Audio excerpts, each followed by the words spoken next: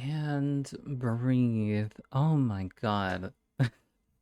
What a chapter. What a freaking chapter. I mean, if you've also kept up with Chainsaw Man, I'm not gonna spoil like plot or anything of this sort. Chainsaw Man, along with Dandadan, I feel spoiled. Like genuinely, like this is why I read these series. I mean, like or stuck with these series. I was interested in um just knowing like what the hell is this? Because for example, with Chainsaw Man, I will get around to the main topic. Trust me. With Chainsaw Man, oh, is this just some kind of goon thing? Oh, Yoru's cute. Reze's cute. You know what? I'll do it for them. I'll do it for them. And here we are. Like with Chainsaw Man, but with Dandadan, it was gifted to me as a birthday gift, which is basically like my next birthday's in like 29 days, or basically like a month minus 1 day. Um Excited. Cool. I can't wait to meet old, but this journey has been so interesting.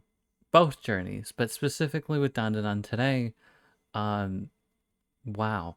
I feel like we got a lot of reveals today, and and that's what and that's why today's chapter, like, wow. Like I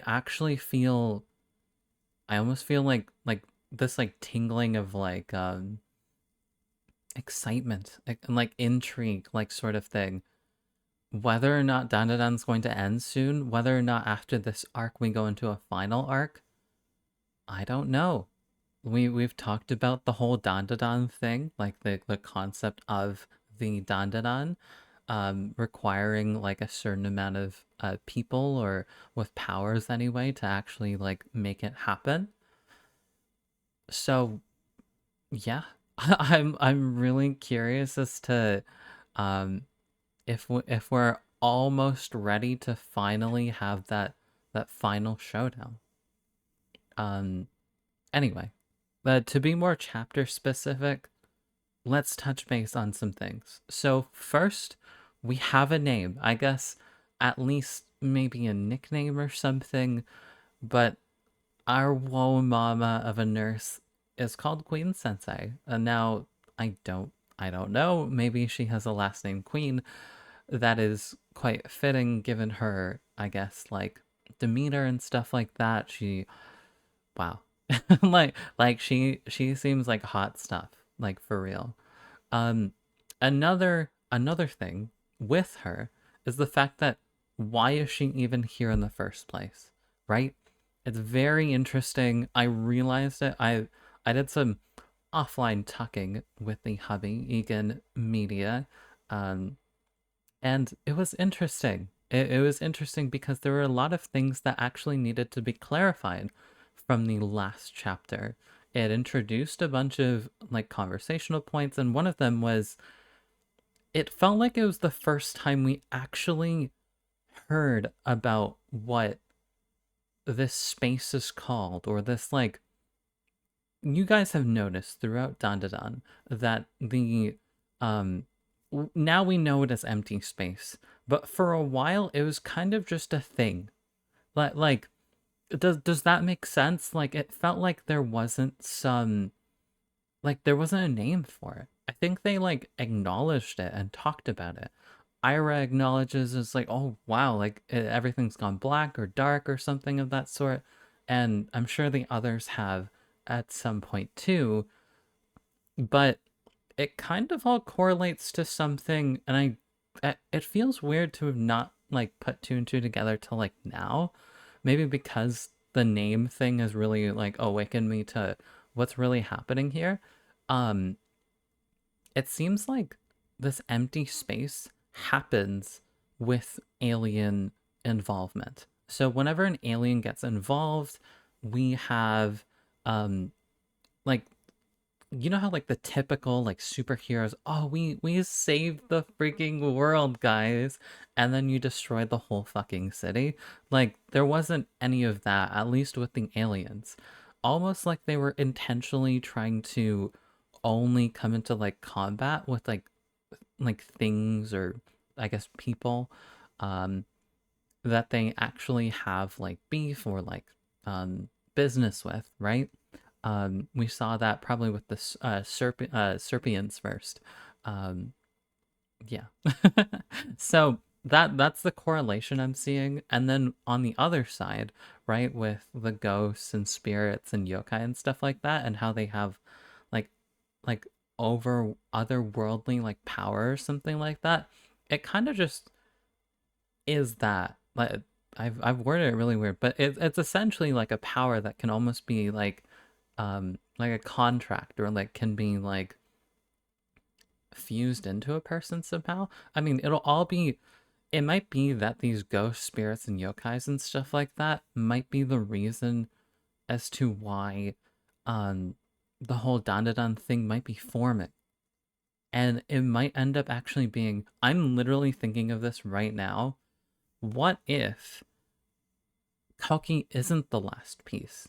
We actually need more, because not everybody has a like ghost spirit or yokai power.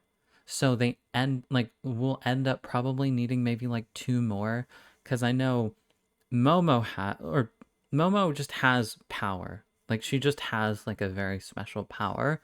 But Aira, Rin, Jiji, um, but Kouki doesn't have one. So yeah, like, will it be like a mix of alien and also and yokai stuff if it will end soon?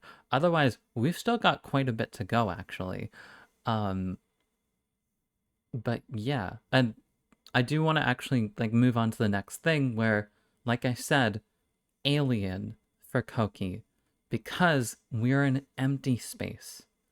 And what's interesting is that Queen Sensei can see those pygmies, and those pygmies are aliens that can only be seen by Momo.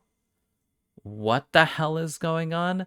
It seems like Queen Sensei's been really proactive into like kind of, it feels like the way that you get involved in this, right? Because it feels like some kind of internalized, if you're involved, you're involved. Otherwise, you're not really gonna get like hit or attacked really. Like the ghost spirits and yokai might do that because they don't spawn the empty space, from what I believe. Like things actually get destroyed or whatever.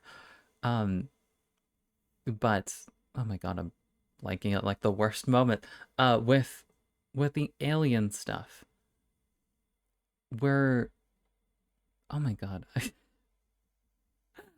I've lost my momentum because I've derailed myself somehow. Um, with the alien stuff, what am I trying to say? What am I actually trying to say? Um, aliens are pygmies.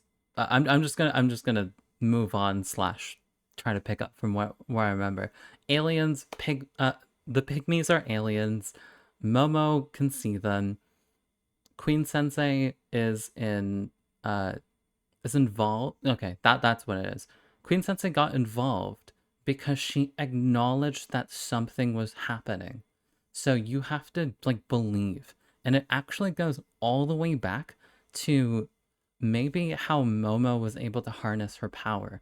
For the longest time, she thought her grandma was a fraud, that she knew absolutely nothing, and until she channeled her energy almost in like a desperate way against the Serpians, we didn't really see like she didn't get involved with it. So it's almost like an ignorance is bliss for everyone else.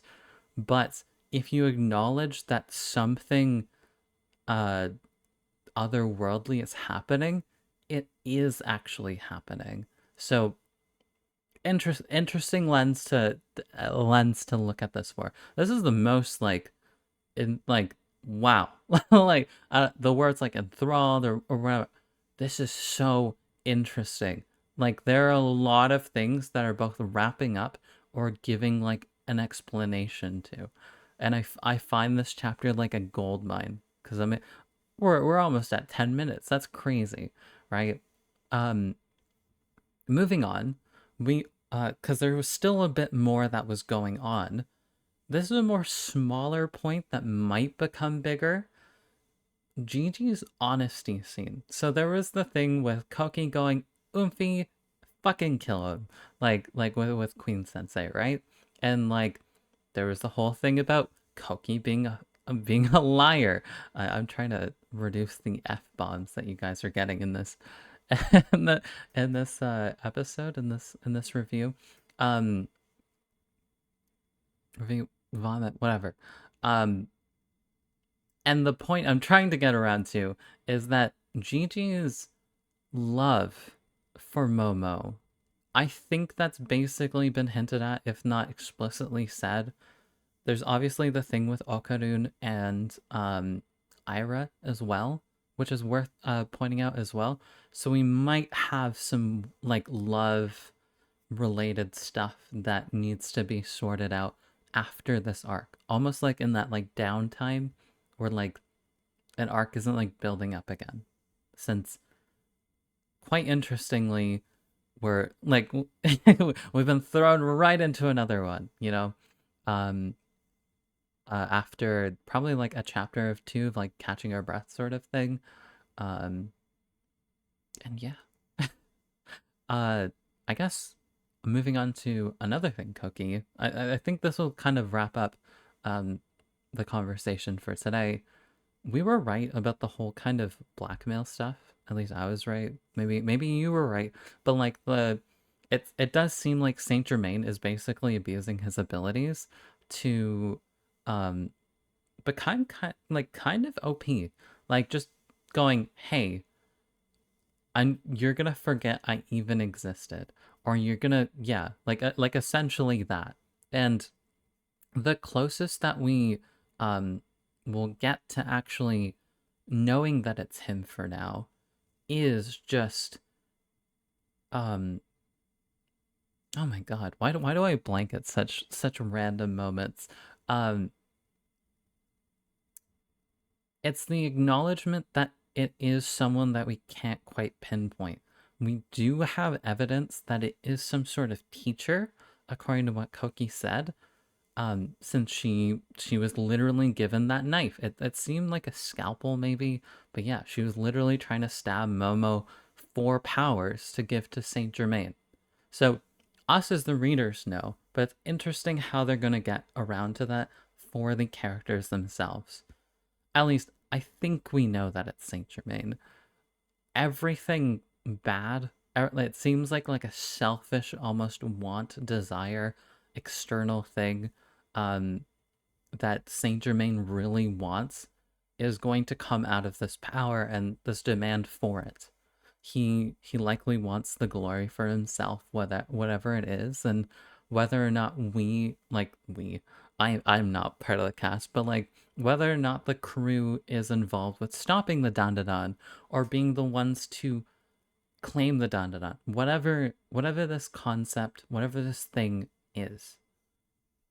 Anyways, very, very interesting. There were loads of things to talk about. So if your comments today, if you decide to comment, is about anything, please go ahead. It is so interesting.